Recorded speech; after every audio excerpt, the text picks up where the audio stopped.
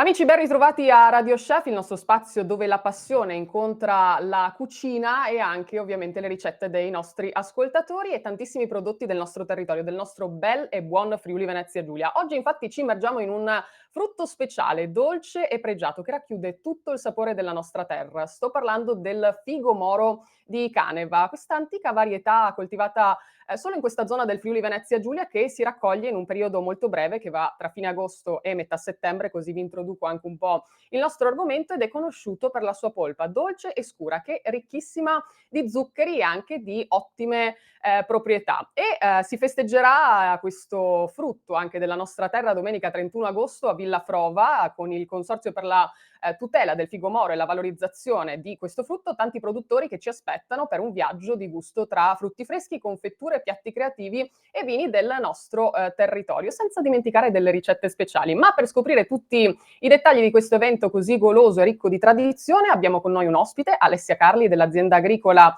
Rive Col de Fer, presidente del Consorzio per la tutela e valorizzazione del figo moro. Ciao Alessia, intanto benvenuta e buongiorno. Buongiorno. Allora Alessia, dicevamo dell'unicità anche di questo frutto che però non è così conosciuto essendo proprio tipico della nostra terra. Vogliamo partire proprio dalle basi e raccontarlo. Cosa lo rende così unico? Ma lo rende unico intanto che come consorzio, perché è nato questo consorzio all'incirca 20 anni fa, per tutelare prima di tutto un territorio e poi la pianta e di conseguenza anche il frutto, perché non si raccoglieva più e con la costituzione di questo consorzio siamo partiti in 10 e adesso siamo più di 50 soci tutti che raccolgono questo frutto e siamo in piena raccolta adesso, quindi bisogna dire anche questo, no? La particolarità però di questo frutto cos'è? Il terreno che lo rende unico, perché tu l'albero magari puoi metterlo anche in un altro posto, però non ha le stesse caratteristiche, che vuol dire che è dolce però anche sapido e ha una buccia sottilissima. Da noi non c'è la rugiada e quindi anche se ha questa buccia sottilissima riusciamo a raccoglierlo. Messo in pianura dove c'è la rugiada marcisce, va in aceto in pratica, il fico si apre e va in aceto. Quindi la particolarità di questo frutto è dovuta principalmente al terreno e al microclima, è questo che lo rende unico e versatile. Parlavi di sapidità e anche di dolcezza. Che gusto ci dobbiamo aspettare quando andiamo a degustarlo, appunto, come potremo fare in questa festa? Ma allora, in questa festa si possono mangiare sia dall'albero che nei piatti, perché dai piatti il gelato, però il gusto è proprio, se tu mangi qualsiasi altro fico e poi assaggi il nostro, senti proprio che è completamente diverso, perché anche a me piace assaggiare magari altre varietà, sì, sono buoni, però il nostro è proprio più gustoso, più saporito, è un po', ti dico appunto, dolce e sapido perché ha un uso in cucina dall'antipasto al dolce, puoi usarlo, non solo nel dolce classico. E di questo torneremo a parlare tra poco. Ma prima di tutto volevo addentrarci nel programma. Intanto bellissima questa cosa che si possono raccogliere direttamente dall'albero e gustare, perché è quasi un salto indietro nel tempo per molte persone, di staccare Sì. dalla quotidianità e tornare immersi nella natura. E volevo parlare proprio del programma che è ricchissimo di proposte per questa giornata. Quindi quali saranno gli appuntamenti e soprattutto chi potremo incontrare anche durante la festa? Allora, intanto è una giornata proprio perché siamo in piena raccolta ancora, in quel periodo, quindi è dalle 10 alle 8 di sera e, si arriva e al mattino c'è una passeggiata nel territorio, quindi bello anche quello. C'è uno spazio dedicato ai bambini, quindi se le famiglie vengono con i bambini possono, lasciarli a queste mamme che li tengono occupati e poi dal pomeriggio si cominciano le visite nei frutteti, quindi si può andare con dei bus navetta o a piedi perché sono vicini, dove ci sono gli alberi e dove c'è un socio che spiega come si raccoglie, cosa vuol dire raccogliere i fichi in agosto, perché non è facile. E poi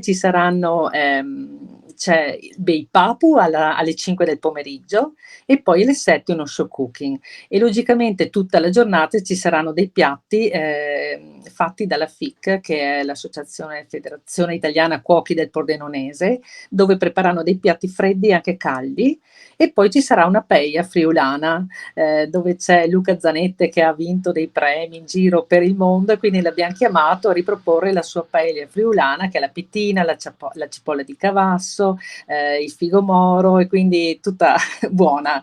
Per prenotare basta entrare nel sito della Camera di Commercio al Pordenone with the Love per prenotare sia la paella che lo show cooking, mentre il resto è tutto libero, insomma. uno Che viene e passa un po' di tempo con noi. Che bello anche gustare proprio questi prodotti del territorio un po' tutti insieme, perché alla fin fine il Friuli Venezia Giulia è anche questo, è anche condivisione di sapori e anche mixarli insieme perché ogni tanto si possono scoprire degli abbinamenti veramente speciali. E soffermiamoci anche su questo, perché hai parlato in anteprima di qualche piatto, volevamo sapere cosa potremmo quindi gustare nel menù oltre alla buonissima paella e come si fa, dato che voi siete anche un'ottima cantina, un abbinamento tra figo moro e un buon vino. Ma allora, intanto ci saranno 4 cantine del territorio con i vini nostri, cioè quindi ci sarà il nostro Verdiso non può mancare, ci sarà Merlot, ci sarà la Ribolla Gialla metodo classico, ci sarà insomma ce ne sono un po' di vino, uno può spaziare con dei cicchetti abbinati a un buon calice di vino.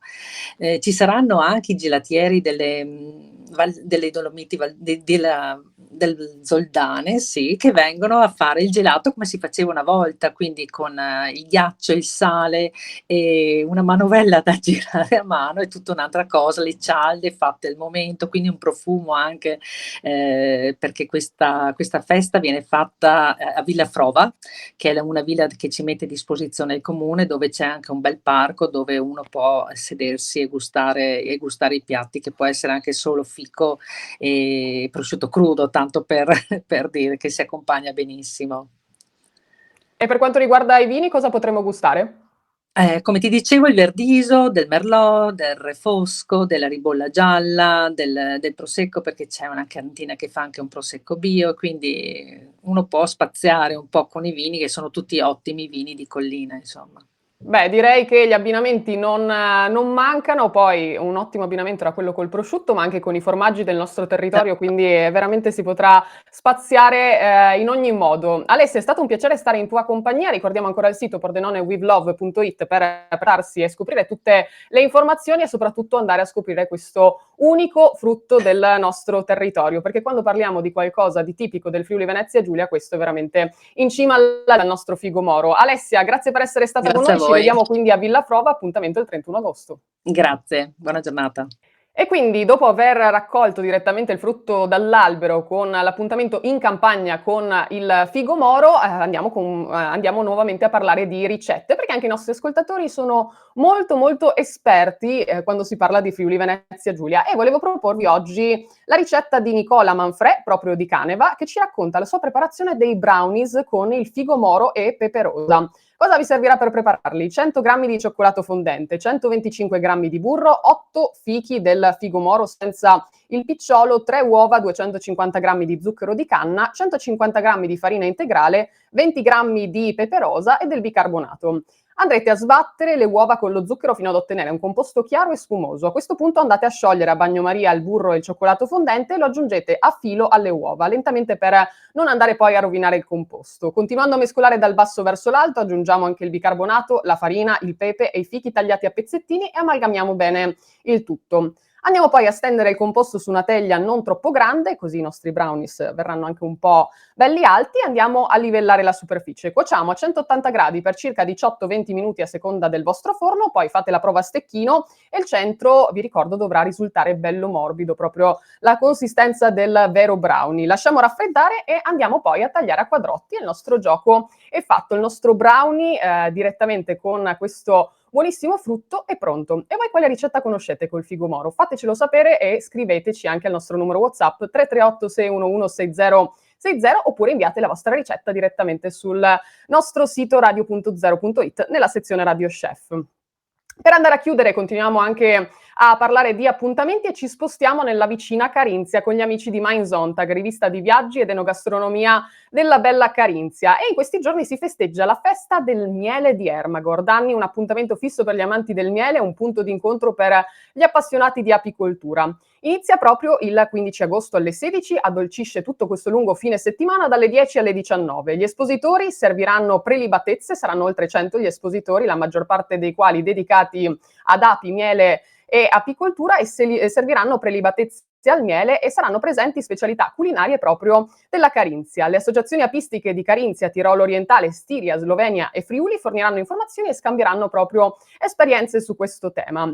Tra le tante attività ci sono smielatura dal vivo con degustazioni, mieli premiati dalla Carnia, stima del peso di un'ape, e anche su questo vi sfidiamo, e uno zoo con api droni, un'apicoltura dimostrativa, una lotteria del miele e veramente tanto altro. Ma trovate maggiori informazioni sia sul sito mindzontag.at che honigfest.at per immergervi direttamente nel programma. E direi che oggi, tra ingredienti proprio tipici, particolari, non ci resta che mettere le mani in pasta e provare anche a creare le ricette di Radio Chef. Per la puntata di oggi è tutto, ma io vi aspetto anche domani per accompagnarvi con un'altra ricetta speciale, tutta firmata Friuli Venezia Giulia. Quindi non mancate, Radio Chef vi aspetta anche sui nostri social, sul canale YouTube e sulla pagina Facebook con le puntate in video. Ciao a tutti, buon pranzo!